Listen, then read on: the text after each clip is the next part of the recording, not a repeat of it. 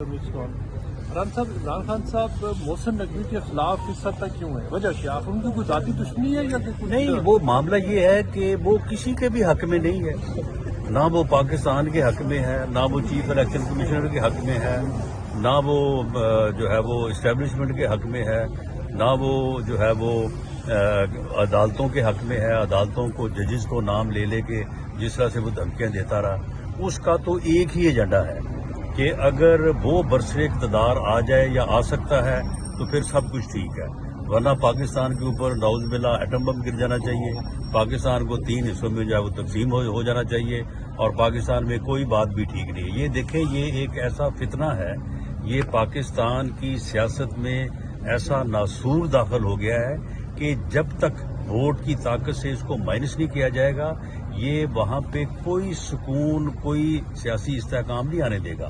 یہ اب الیکشن کی بات کر رہا ہے، آپ کل کو الیکشن کروا کے دیکھ لیں، یہ اس کے رزلٹ کو تسلیم نہیں کرے گا۔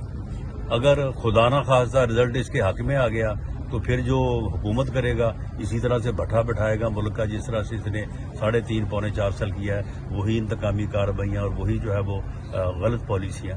تو اس لیے اس کے علاوہ کوئی حل نہیں ہے کہ عوام، قوم ووٹ کی طاقت سے اس کو جو ہے وہ پاکستان کی سیاست سے مائنس کرے۔ یوٹیوب پر گوگلی ٹی وی دیکھنے کے لیے youtube.com کی سرچ بار میں گوگلی ٹی وی ٹائپ کریں۔